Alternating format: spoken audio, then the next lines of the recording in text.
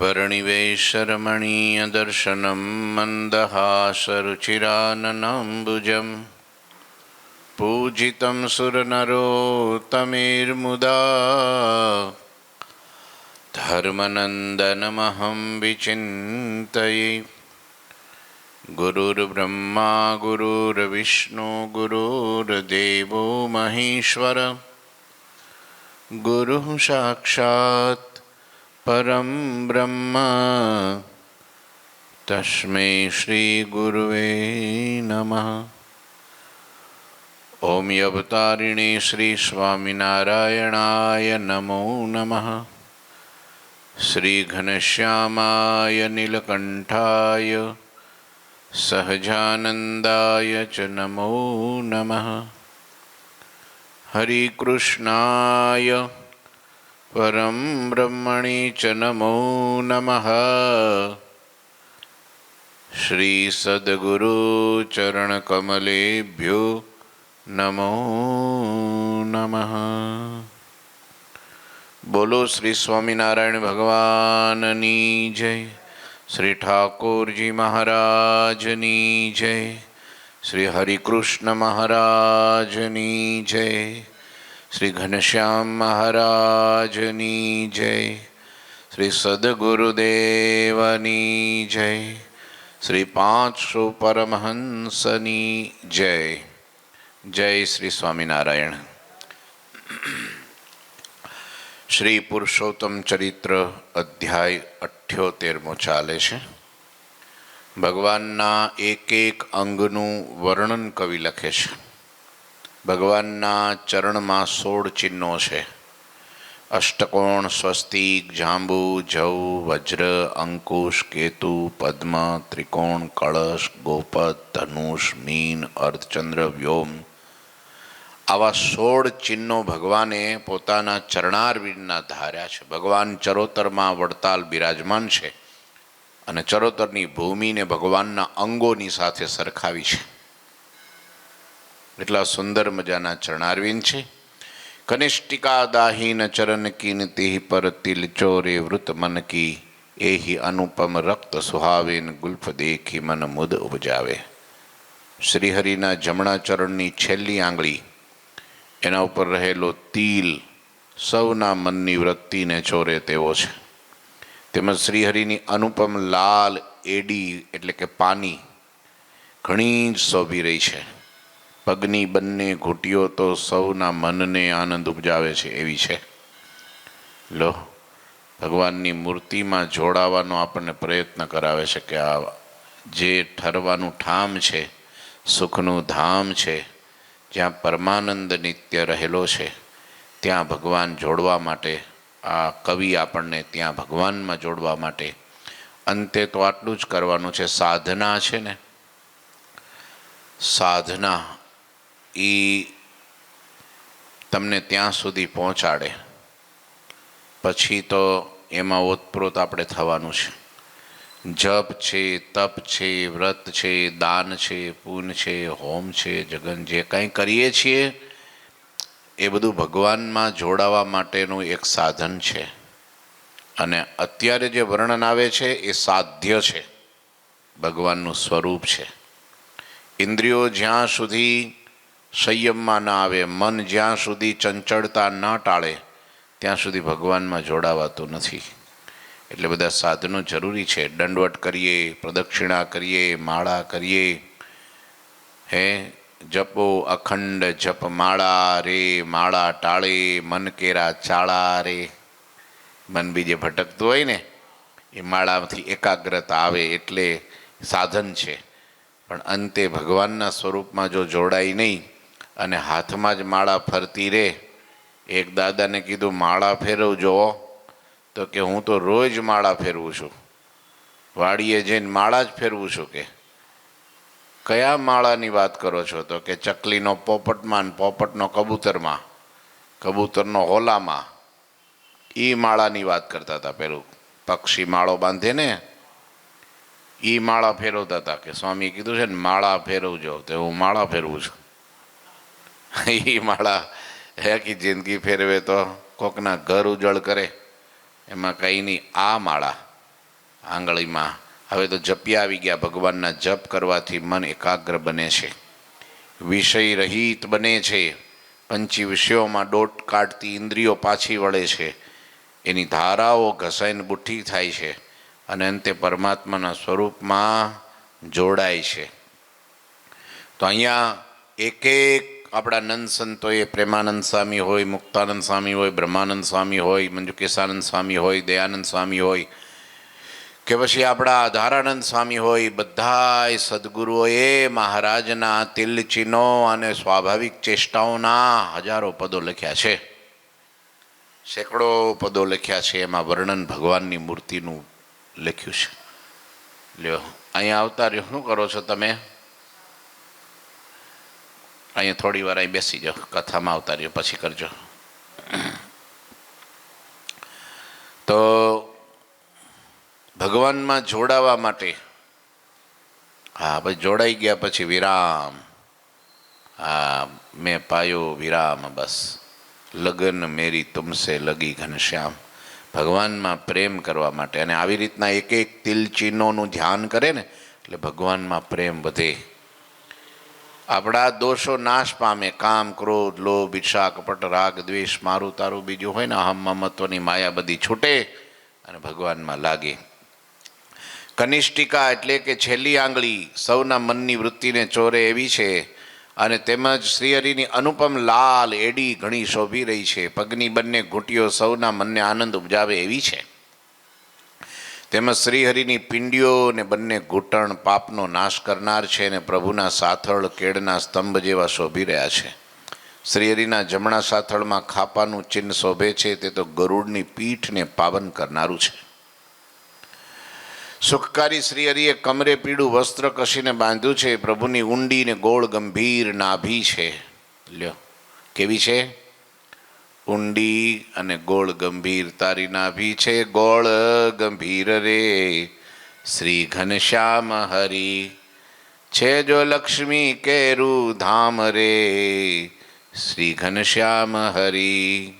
લ્યો છાતી ઉપડતી શ્યામ રે. ભગવાનની છાતી કેવી છે? ઉપડછી. એમાં રોમાવલીઓ છે. લક્ષ્મીજીનો ત્યાં વાસ છે. સૌના મનને મોહે તેવી છે.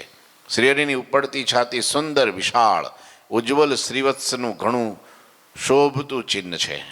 બંને સ્તન ઉપર સુંદર છાપના ચિહ્નો છે. છાતીમાં રહેલ તિલે તો સૌના ચિત્ત ચોરી લીધા છે. વળી શ્રીહરિના કંઠ વિશે કૌસ્તુભમણી અપાર શોભી રહ્યો છે.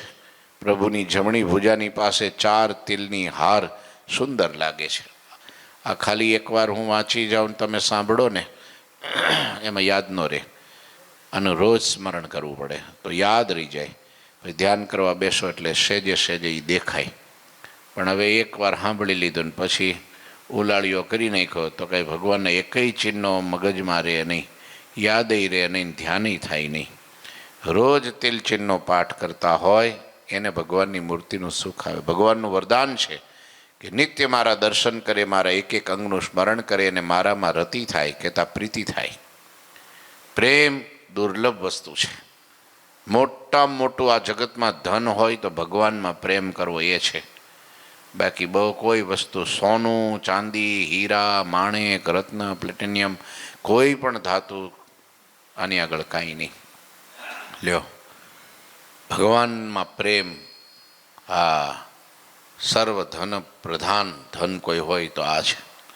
તો એટલે પ્રેમ કરાવવા માટે અહીંયા આપણને એક એક અંગનું ધ્યાન કરાવે છે. જો પ્રભુની બંને ભુજા છાપના સુંદર ચિહ્નો ત્યાં શોભી રહ્યા છે ભુજા ઉપર. તેમજ શ્રીહરિનું ધ્યાન ચિંતન કરવામાં પ્રવીણ સંતો શ્યામ એવા શ્રીહરિની બંને શ્યામ કોણીના દર્શન અતિ ભાવથી કરે છે. શ્રીહરિના બંને હાથના કાંડા કઠણ અને બળવાન છે. તેમના ઉપરના ભાગે રહેલ છાપના ચિહ્નોને સંતો ભક્તો નિહાળે છે. ટચલી આંગળીના મૂળથી કાંડા સુધીનો હથેળીનો જે ભાગ છે ને એને કરભ કહેવાય. અને એ ઉપર રહેલી રૂંવાટીઓ શોભી રહી છે કરભ ઉપર. શ્રીહરિની લાલ હથેળીઓ જોતા મન તેમાં મોહી જાય છે. લ્યો વળી લાલ હથેળીમાં સુખ કરનારી અલગ અલગ શ્યામ રેખાઓ શોભે છે. શ્રીહરિની બધી આંગળીઓના નખ ઉપડતા તીક્ષ્ણ અને લાલ મણી જેવા સુંદર છે.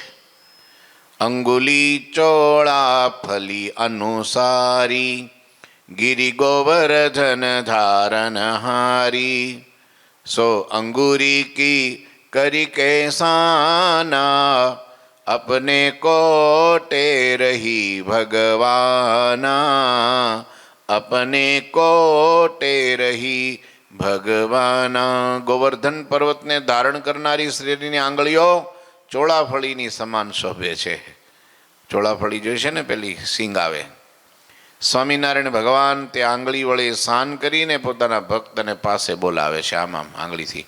એવી આંગળી ભગવાનની શોભે કે ભગવાનના ભક્તોને ભગવાન બોલાવતા હોય ત્યારે અતિ સુંદર લાગે. શ્રીહરિના આજાન એટલે ઢીચણ સુધી લાંબા બાહુ હાથીની સૂંઢની સમાન સુંદર શોભે છે. વળી પ્રભુના હાથથી લાંબા ખભા સુધીમાં 14 તિલ છે. ઓહો, કેટલા! પ્રભુના હાથથી ડાબા ખભા સુધીમાં, હાથથી ડાબા ખભા સુધી 14 તિલ. ડાબા પડખામાં 9 તિલ અતિ સુંદર શોભે છે. 3 તિલની હાર પડખામાં, એટલે 9 તિલ થયા ને. તેમજ શ્રી હરિકૃષ્ણ પ્રભુની બગલમાં 3 તિલ શોભે છે. ઓહો! કરુણાનિધિના કંઠમાં એક અનુપમ તિલ છે. એમની સુંદર દાઢી સૌને સતત સુખ આપનારી છે. પછી શ્રીહરિના હોઠ લાલ પરવાળાની સમાન સુંદર છે અને તેમની દંત પંક્તિ દાડમના દાણા જેવી શોભી રહી છે. શ્રીહરિનું સદા પ્રસન્ન રહેનારું અને મંદ મંદ હાસ્ય કરનારું મુખ શોભી રહ્યું છે. તેમજ જેને સાંભળતા આનંદ ઉપજે છે એવો પ્રભુનો ગંભીર સ્વર હવે આપણે ક્યારે સાંભળશું? આવું ભક્તો અને સંતો વડતાલમાં ભગવાનની રાહ જોવે છે. હજી ભગવાન આવ્યા નથી, પણ ચિંતવન કરે છે કે હું તો આવી રીતનો તિલ જોઈશ, હું તો આવા ચરણ જોઈશ, હું તો કટ્ટી જોઈશ, હું તો મહારાજની છાતી જોઈશ. આવા એક એક અંગોને જોઈ નિરખીને એવું અંતરમાં ઉતારી લઈશ ને કે આખું એ વરસ મને ભૂલાય જ નહીં. આનું દર્શન કહેવાય. પહેલેથી જ એ રાહ જોવેશ. જો શરીરના બંને ગોળ ગાલ અતિ સુંદર છે. એમની નાસિકા પોપટની ચાંચ જેવી આકર્ષક છે. એના ઉપર શીતળા એટલે કે શીડીના ચાંદ, પેલા ચાંઠા, એનું અનુપમ ચિહ્નો શોભી રહ્યા છે. શીડી એટલે પેલા શીતળા નીકળે ને, નાના છોકરાઓને શીતળા નીકળે, ફોડલા થાય. એમ ભગવાન નાના હતા ને ત્યારે એમને શીતળા નીકળેલા. તે એના નાક ઉપર એવા ઝીણા ઝીણા ચિહ્ન રહી ગયેલા. અતિ સુંદર લાગે છે, પણ જેવા તેવા નહીં. બીજા હે, હા, માતાજી કે ને, માતાજી નીકળે એને શીતળા કે, અથવા ચાઠા પેલા નીકળે ને ફોડલા. હા, બીજા લોકો નીકળ્યા હોય તો ભૂંડા લાગે, પણ ભગવાનની નાસિકા ઉપર તો સુંદર લાગે છે. એટલે પ્રભુના જમણા ગાલે ડાબા કાનમાં એક એક મોટો તિલ ઘણો શોભાયમાન છે. પ્રભુના કાન નાનપણમાં વિંધ્યા હતા ભગવાને. હો, નાનપણમાં કાન વિંધાવતા. તમે દાદા જો વિંધેલા જ છે તમારા કાન. પહેરતા હતા તમે? હવે તે પહેરો ને, કાઢી કેમ નાખ્યા? હા, ઉંમર થાય તો પહેરવા જોઈએ. આમ તો એક શોભા છે ને કાનની, એક આભૂષણ, અને આમે નિરોગી રાખે છે. કાન વિંધે ને એને ઘણા બધા રોગ ટળી જાય છે, એવું લખ્યું છે. પહેલાં વચ્ચેમાં કોઈ નહોતું વિંધતું, હવે પાછા વિંધવાનું ચાલુ કર્યું છે. ખરું વિંધ્યા છે? હા, વિંધે ભાઈ. એમાં બુટ્ટી પહેરી નથી છે તો સારું. પહેલાં તો ફરજિયાત બધા પહેલાં જમાનામાં ઠોળિયા પહેરતા. હા, કંઈક ને કંઈક પહેરી રાખતા. કાન એવા એમને ખાલી ન રાખતા. હા, અને હવે છોકરાઓ ફેશનથી પહેરે અલગ અલગ. હવે તો હોઠે વિંધાવે, નાકે વિંધાવે, નેણે વિંધાવે. હા, હોઠમાં કડીઓ પહેરે. બોલો શું કરવું એને? કાનમાં સારું લાગે. નાનપણમાં ભગવાન ઘનશ્યામ મહારાજે કાન વિંધ્યા હતા ને એના ચિહ્નો દીપી રહ્યા છે. શ્રીજીની આંખમાં લાલ રેખાઓ ઘણી શોભી રહી છે. લ્યો, આંખમાં રાતી રેખાઓ છે.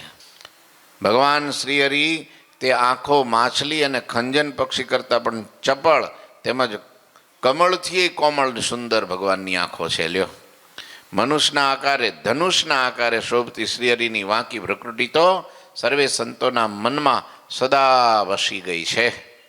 શ્રીહરિની પાંપણો ઉપર નાની નાની કરચલીઓની રેખા શોભી રહી છે. નિરખતા હૈયામાં વિશેષ આનંદ થાય છે. તેમાં શ્રીહરિનું સુંદર ને વિશાળ ભાલ શોભી રહ્યું છે. એમાં રસાળ એવી 5 રેખાઓ શોભે છે. એ 5 રેખાઓમાં 2 ઊભી છે ને 3 ચંદ્ર આકારે આડી છે. અને શ્રીહરિના કપાળમાં જમણા ભાગે એક ચિહ્ન છે, જેને જોવા માટે મન અતિ આતુર થઈ ગયું છે. શ્રીહરિની શિખાની પાછળ થોડી જમણી બાજુમાં 3 તિલ છે, જેમણે જોતા અતિ પ્રેમ ઉપજે છે. તેમજ શ્રીહરિના વાંસામાં ડાબી બાજુ એક તિલ શોભી રહ્યો છે અને ત્યાં જ એક મોટો રોમ રહેલો. આ ભગવાનના આ સંતોને કે આ ભક્તોને જેણે આનું વર્ણન લખ્યું છે એને કેટલો પ્રેમ હશે. લો આપણે તો તિલ ચિહ્નનો પાઠ કરવા જાવ તો સૂઈ જાય ને કાં કંટાળો ચડે. લ્યો અહીંયા આવે તો 5 મિનિટ, અડધો કલાક કે 10 મિનિટ હાથમાં માળા લઈને એક ધારું ભગવાન સામું જોવે તો કંટાળો ન આવે?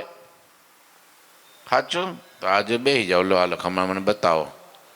હા, જો કંટાળો આવે ભગવાનની સામે બેસીને તો હે કંઈ અર્થ નહીં ને. અને અહીંયા તો ભગવાનને આ સંતો તો આખી રાત ધ્યાનમાં બેસી જાય એક એક ચિહ્નોને, પછી પાછા લખે એટલે બીજાને આપણા જેવાને કામ લાગે. નહીંતર આપણને આ બધું લખ્યું ન હોત તો આપણને ભગવાન કેવા છે કેમ ખબર પડત? કેવા ચિહ્નો છે, કેવા તિલ છે, આપણને ખબર ન પડે. હા, લખ્યું તો આટલું આપણે ધ્યાન કરીએ કે એનું અનુમાન કરી શકીએ, એની છબી આપણા હૃદયમાં ઉપસી આવે અને એનું ધ્યાનનું સુખ આવે, સાકાર સ્વરૂપના દર્શન થાય. આ બધું સાકાર સ્વરૂપની ઉપાસના, આનું નામ જ ઉપાસના. અખંડ તમને સ્મરણ ભગવાનનું થયા કરે, એમાં જોડાઈ રહો તમે, એને સાથે જ સાથે રાખો, અનુભવો, એનું નામ ઉપાસના. ઉપ એટલે નજીક, આસન, ભગવાનની નજીક આપણું આસન રાખવું. કહેતા ભગવાનને નજીક રાખવાનું, કાં આપણે ભગવાનથી નજીક રહેવું, સતત પાસે ને પાસે રહેવું, એનું નામ ઉપાસના કહેવાય. આ તિલચિહ્નો અને આ બધું ધ્યાન, આ અંગો અંગનું વર્ણન એ આપણને ભગવાનમાં પાસે ને પાસે રાખે, દૂર ન થવા દે. તેમજ વાસાના જમણા ભાગમાં થોડે છેટે એક તિલ શોભી રહ્યો છે. શ્રીહરિની આવી મૂર્તિને હવે આપણે ક્યારે સાક્ષાત નિરખીશું? આમ સંતો ભક્તો વિલાપ કરે છે. અને તે દર્શને કરીને આપણા ઉરમાં હવે ક્યારે અતિ આનંદ ઉપજશે. આ રીતે શ્રીહરિની રાહ જોઈ રહેલા સર્વે સત્સંગીઓ અને સંતો પરસ્પર કહેતા હતા કે ભગવાન શ્રીહરિ ક્યારે આવશે અને ક્યારે આપણને પ્રભુની મૂર્તિ, નવતમ મૂર્તિના દર્શન થશે. લ્યો કેવી મૂર્તિ? હા, જૂની મૂર્તિ નહીં, નવતમ એટલે નવી. અમે નવી વસ્તુ બધાને ગમે બહુ નહીં, જે જૂની ગમે જૂની ફેંકી દે. હા, એમાં ભગવાન તો કોઈ દી જૂના થતા જ નથી, નવા નવા રહે. વર્ષોના યુગો વયા જાય ને ભગવાન નવા નવા. એવા નવતમ મૂર્તિના દર્શન ક્યારે થશે? સુખદાયક શ્રીહરિ અહીંયા ક્યારે આવશે અને ક્યારે આપણને શ્રીહરિની અમૃત સમાન વાણીને આપણે સાંભળશું? હવે તો કાન દોડે છે ભગવાનની વાણી સાંભળવા માટે. હવે તો આંખો તરસી રહી છે એના દર્શન માટે. હવે તો એ જીવ એના ગુણ ગાવા માટે, દેખાય એટલે ગુણ ગાવા માટે, આમ જો એને કીર્તન સંભળાવીને રાજી કરવા માટે ઉતાવળી થાય છે. જ્યારે આપણે શ્રીહરિની નક્ષિક મૂર્તિના દર્શન કરશું ત્યારે એમના ચરણનો સ્પર્શ કરીને સુખને પામશું. અને ઘણા ભક્તોને કેવો પ્રેમ, ગઢપુરવાસી હોય, લોયાવાસી હોય, વડતાલવાસી હોય, બધા ભક્તોને એવું નિયમ, જ્યાં સુધી ભગવાનના દર્શન ન થાય ત્યાં સુધી અંજળ ન લે. બોલો, ખાવાનું નહીં, પીવાનું નહીં, કાંઈ નહીં, ભગવાનના દર્શન થાય પછી છે. એને ખબર પડે કે હવે આવતીકાલે ભગવાન પધારવાના છે તો ત્યારથી અંજળનો ત્યાગ કરી દે કે ભગવાન આવશે, અહીંયા પગ મૂકશે, અહીંયા પધરશે, દર્શન થશે, એને વંદના કરશું, ત્યાર પછી જ એને ધરાવીને અંજળ લેશું. આવા નિયમ રાખતા. બોલો, આપણે તો ભગવાન એક બાજુ ફરતા હોય ને આપણે ખૂણામ કરીને ખાઈ લઈએ. ભગવાન આવું તો આવશે આપુડા, આવે નહીં પછી ભગવાન કે આને મારી રાહ નથી, મને મૂકીને ખાઈ લીધું એટલે પછી ભગવાન છેટા જ રહે, આપણી પાસે ન હોય. પણ આપણે એમ થાય કે ના, ભગવાનના દર્શન કર્યા વગર, પૂજા કર્યા વગર પાણી નથી પીવું તો જો ભગવાન પડે તમારે પરચા કરે, દર્શનય દે ને કામય કરે ને બધા રોગો ટાળી નાખે અને સુખિયા કરી દે. આ સુખિયા કરવા માટે મહેનત છે, પણ માણસને સુખ ક્યાં જોઈએ છે? દુઃખિત થવું છે એટલે ચારે બાજુ ભટક્યા કરે છે. ભગવાનમાં સ્થિર થતો નથી. આમ ભક્તો જ્યારે વિલાપ કરે છે, હવે ક્યારે દર્શન થશે આંખને, ક્યારે દર્શન, ક્યારે એના એ મીઠા મધુરા વેણ આ કાનને સંભળાશે. આમ એકબીજાને કહેતા કહેતા શ્રીહરિની રાહમાં વિશેષ વિરહાતુર થઈ ગયેલા સૌ સંતો ભક્તો પશ્ચિમ દિશા બાજુ જોતા રહેતા હતા. પશ્ચિમ પાંચાલમાંથી આવવાના હતા ને, આ તો ઉત્તર ગુજરાત, સોરી અહીંયા તો વરતાલ એટલે મધ્ય ગુજરાત ગણાય. હા, તો એ મધ્ય ગુજરાત, આ દક્ષિણ ગુજરાત, આ બાજુ સુરત બાજુ બધું દક્ષિણ ગુજરાત કહેવાય, અને આમ મહેસાણા બાજુ અમદાવાદની પેલી બાજુ બધું ઉત્તર ગુજરાત કહેવાય, અને વડતાલ એટલે મધ્ય ગુજરાત કહેવાય, અને આ બાજુ પશ્ચિમ, પશ્ચિમ એટલે કાઠિયાવાડ, પશ્ચિમ પાંચાલ દેશ, પશ્ચિમ ગુજરાત એટલે કાઠિયાવાડ. તો ત્યાંથી ક્યારે આવશે એમ રાહ જોતા રે બોલો. હા, અને ભગવાનને પોતાના ભક્તો આમ એકવાર મહારાજ છે ને કંઈક ખાપા તલાવડીએ ગયા હતા ને ઝાડ ઉપર ચડ્યા, ઉપર પીપળા ઉપર, સોરી મોક્ષ પીપળો હજી છે પ્રસાદીનો, તે એક મોક્ષ પીપળો છે છપૈયામાં, એના ઉપર ચડી અને આમ દૂર દૂર આમ હાથ રાખીને જોતા હતા, જાણે કોક આવતું હોય ને રાહ જોતા હોય ને એમ. એટલે એના ઘનશ્યામ મહારાજના નાના નાના બાલ મિત્રો હતા, માધવ, વેણી, પ્રાગ, સુખનંદન, આ બધા એના નાના નંદરામ ને આ બધા બાળ મિત્રો હતા, સખાઓ હતા. એ બધા એમની સાથે રમવા જતા હતા. એમાં પીપળા ઉપર ઘનશ્યામ મહારાજ ચડ્યા તો આવું દૂર દૂર જોયા કરે. એટલે પેલા વેણીએ પૂછ્યું, ઘનશ્યામ કોને જોવે છે તું? દૂર દૂર આમ જોયા, નિરખીને જોવે છે ને રાહ જોતો હોય એવું લાગે છે. તો કે હું નહીં, મારા ભક્તો મારી રાહ જોવે છે, હું એ જોઉં છું. મને સાદ સંભળાય છે, મને પોકારે છે કે હે પ્રભુ જલ્દી પધારો, જલ્દી પધારો, તમે જલ્દી પધારો. બસ એ નજર નાખું છું કે કઈ બાજુથી મારા ભક્તો મને પોકારી રહ્યા છે, મને બોલાવી રહ્યા છે, મારી રાહ જોઈને બેઠા છે, મારે ત્યાં જવું પડશે. ત્યારે માધવ કે કઈ બાજુથી અવાજ આવે છે? તો કે પશ્ચિમ પાંચાલ દેશ, સૌરાષ્ટ્ર, કાઠિયાવાડ, ગુજરાતની ધરતીમાં મારા ભક્તો મને પોકારી રહ્યા છે, મને બોલાવી રહ્યા છે, મારી રાહ જોઈને બેઠા છે, મારે ત્યાં જવું પડશે. ત્યાં તો બધા છોકરા રડવા માંડ્યા. એટલે ઘનશ્યામ તું અમને બધાને મૂકીને વયો જઈશ? તો કે ના ના, તમે મારા પણ તમે ભક્ત મારા છો, તમે મારું સ્મરણ કરશો, મને ભજશો, મને યાદ કરશો એટલે હું અખંડ તમને દર્શન દઈશ, તમારી ભેળો રહીશ. હા, જે મને યાદ કરે ને ત્યાં હું દોડીને જાઉં છું. હા, જે મને પોકારે છે, મારું ચિંતન કરે છે, મારું મનન કરે છે, હા મારો સાક્ષાત્કાર કરે છે, હું ભગવાન કે છે, હું ત્યાં જાઉં છું દોડીને. પોતાની દ્રષ્ટિને દૂર સુધી પ્રસારીને શ્રીહરિની આવવાની રાહ જોતા હતા. એમાં પણ જો કોઈને દૂર આકાશમાં ધૂળ ઉડતી દેખાય ને તો શ્રીહરિ આવી રહ્યા છે એવું અનુમાન કરતા. આમથી આમથી ડમરી ચડે ને તો એમ લાગે હું ભગવાન આવ્યા. લ્યો, પવન આવે તો એમ લાગે ભગવાન આવવાના લાગે છે. કંઈક ડાબલા ઘોડાના સંભળાય ને તો કે જો આવ્યા. જેને ભગવાનની ભૂખ હોય એને તો પડે પડે ભગવાન આવવાની રાહ હોય હો. જેને ભૂખ ન હોય ને એ તો આવતા હોય તો ભૈયા જાય. લો, હા, હમણાં પધરામણી ચાલે છે ઘેરે ઘેર. પરમ દિવસે પધરામણી કરી, 15 પધરામણી કરી, 16 પધરામણી, ગઈકાલે 10 પધરામણી કરી યોગીનગરમાં બધી જગ્યાએ. તો એક ભાઈને ત્યાં પધરામણી જવાનું, નામ તો છો દીકરાએ લખાઈ નાખ્યું, પણ ટેસ્ટ ટાઈમે પપ્પાએ કામકાજ કાઢ્યું કાંઈક, તો 12 વાગ્યા ગયા. નસીબ કંઈક ખબર નહીં, એવા હશે કંઈક, ભગવાન કંઈક કામકાજ હોય, આપણે તો બીજું શું કહીએ. પણ નહીં તો રાહ જોવે કે ક્યારે ક્યારે ભૂખ હોય ને એટલે તરત એને ઘડીએ ઘડીએ ફોન. અમુક તો એક છોકરો હતો તે અમે ગયા એને ઘેરે 10:30 પોણા 11 વાગે ગયા ઠેઠ, પણ એ રાહ જોતો તો 7 વાગ્યાનો. ગલીઓ માટા મારે, હમણાં સ્વામી આવશે, ઘડીએ ઘડીએ ફોન કરે, હમણાં સ્વામી આવશે, હમણાં સ્વામી આવશે, હમણાં સ્વામી આવશે. તો ઠેઠ દરવાજા રોડ ઉપર ઊભો રહે બોલો. અને એકને ઘેરે ગયા તો એ ઘેરે ગયા ત્યારે જ બધા 12 વાગ્યા ગયા. લાવ થાય બોલો. જેને ભૂખ ન હોય, ભૂખ જેને કોઈને બહુ ભૂખ લાગી હોય ને એને ખાલી આ આરસનો કટકો ભાળે ને ધોળો તો એને લાગે કે આ બરફી છે શું. આરસના કટકામાં બરફી દેખાય, શું કરવા ભૂખ્યો થયો છે. એમ જેને ભગવાનના ભક્તોને સંતો દેખાય ને એમાં એને ભગવાનના દર્શન થાય તો માનવાનું કે આને હવે ભગવાનની ભૂખ જાગી છો. સાધુમાં ભગવાન દેખાય, હરિભક્તોમાં ભગવાન દેખાય, તો માનો અને હવે ભૂખ્યો થયો ખરો, ભગવાનનો ભૂખ્યો થયો. એ પછી રાહ જોયા કરીએ. ડમરી ચડે ને તો એમ થાય કે લા હા ભગવાનની માણકી ઘોડી હાલે છે ને એની કારણે ધૂળ ઉડે છે આ, એટલે હમણાં આવવાના હો. અને પ્રેમી ભક્તોને છે ને અગાઉથી ખબર પડી જાય હો. એક દેવળિયાના કેશાબા હતા. હવે કોઈને સમાચાર નહીં, કાંઈ નહીં, કાંઈ ભગવાને સમાચાર મોકલા નહોતા.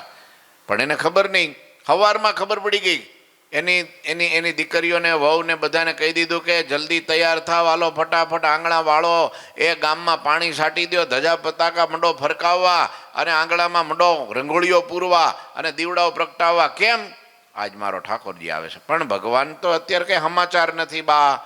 એ તમને બહુ પ્રેમ છે ને એટલે તમને ભ્રમ થતો હોય, ભણકારા વાગતા હોય કંઈ. એમ ભગવાન થોડા આવી જાય. એ તો આમ વડતા લઈ છે ને કાં પંચાળન કાં લોયા છે ને કાં ગરડે છે, તરત થોડા આવી જાય. એમાં અચાનક ને તે મહારાજ આવવાના હોય તો સમાચાર ન મોકલે. માટે બા આ બધું તૈયાર કરીએ, પછી આવે નહીં તો આપણે બધું મહેનત થાય.